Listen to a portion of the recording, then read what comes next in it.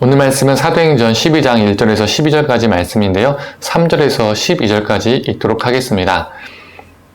유대인들이 이를 기뻐하는 것을 보고 베드로도 잡으려 할세 무기조의 기간이라 잡음에 옥에 가두어 군인 4씩 4패에 맡겨 지키고 유월절 후에 백성들 앞에 끌어내고자 하더라. 이에 베드로는 옥에 갇혔고 교회는 그를 위하여 간절히 하나님께 기도하더라.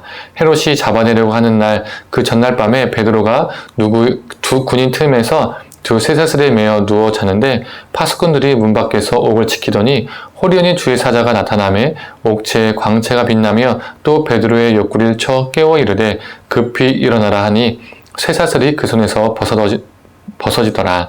천사가 이르되 띠를 띠고 신을 신으라 하거늘 베드로가 그대로 하니 천사가 또 이르되 겉옷을 입고 따라오라 한데 베드로가 나와서 따라갈새 천사가 하는 것이 생시인 줄 알지 못하고 환상을 보는가 아니라 이에 첫째와 둘째 파수를 지나 시내로 통한 쇠문에 이르니 문이 저절로 열리는지라 나와서 한 거리를 지나매 천사가 곧 떠나니라. 이에 베드로가 정신이 들어 이르되 내가 이제야 참으로 주께서 그의 천사를 보내어 나를 헤롯의 성과 유다 백성의 모든 기대에서 벗어나게 하신 줄을 알겠노라 하여 깨닫고 마가라 하는 요한의 어머니 마리아의 집에 가니 여러 사람이 거기에 모여 기도하고 있더라. 아멘. 아침 묵상을 들으시는 모든 성도님들에게 하나님의 은혜가 있기를 간절히 소망합니다. 오늘 본문 12장은 사도의 첫 순교가 나옵니다. 사도 야고보의 죽음을 말하죠. 그리고 그 다음 타깃으로 누가 지목되죠? 베드로가 지목됩니다.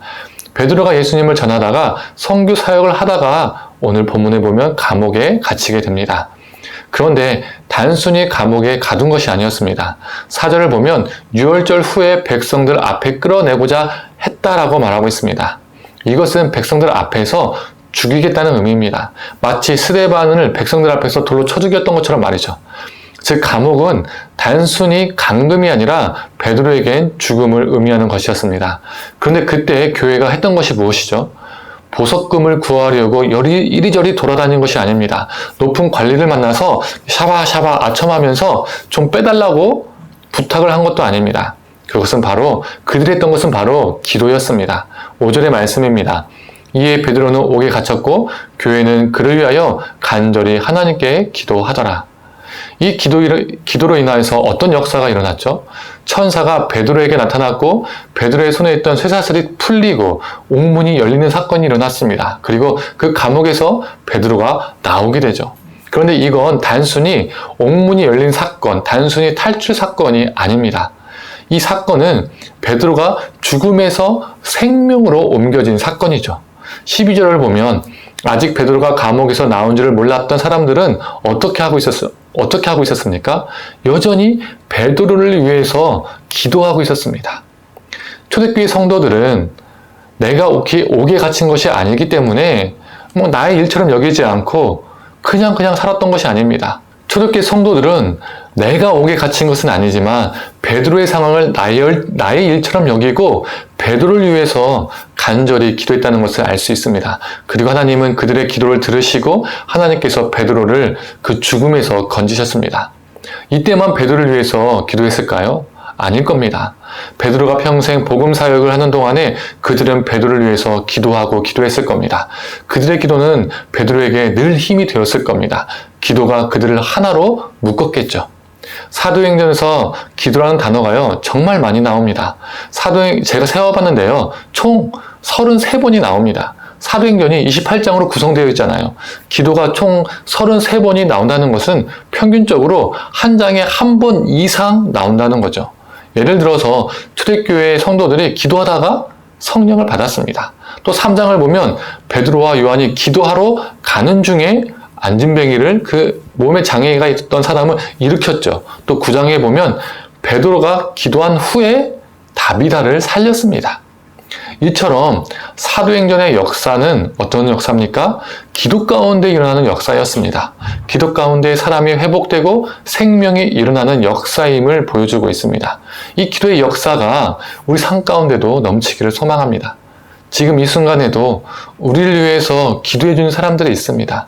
우리가 지칠 때 우리를 위해서 기도하는 사람들이 있습니다. 우리가 실패하고 낙심했을 때 우리를 위해서 기도하는 사람들이 있습니다. 우리가 아플 때 우리의 회복을 위해서 기도하는 사람들이 있습니다. 우리의 가정과 일터를 위해서 중보해 주는 사람들이 있다는 것이죠. 저는 개척교회를 하면서 정말 많은 분들이 저를 위해서 기도해주고 있음을 경험합니다. 때로는 이런 생각이 들 때가 있어요. 제 기도보다 그분들의 기도가 있기 때문에 내가 지금 이렇게 사역할 수 있구나. 어려움 가운데서도 버틸 수 있는 그 은혜를, 힘을 하나님이 주시는구나. 많은 분들의 기도 때문에 이 힘든 과정을 내가 통과하고 있구나. 라는 생각이 들 때가 있습니다. 아침 묵상을 들으시는 모든 분들도 아마 공감하실 겁니다.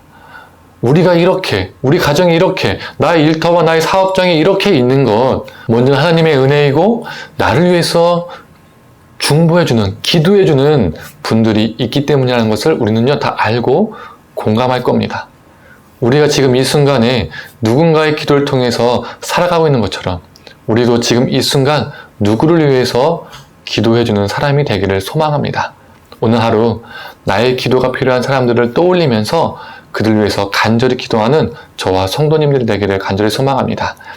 야고보서 5장 16절 후반에 이런 말씀이 있죠. 서로 기도하라. 의인의 간구는 역사하는 힘이 큼이니라.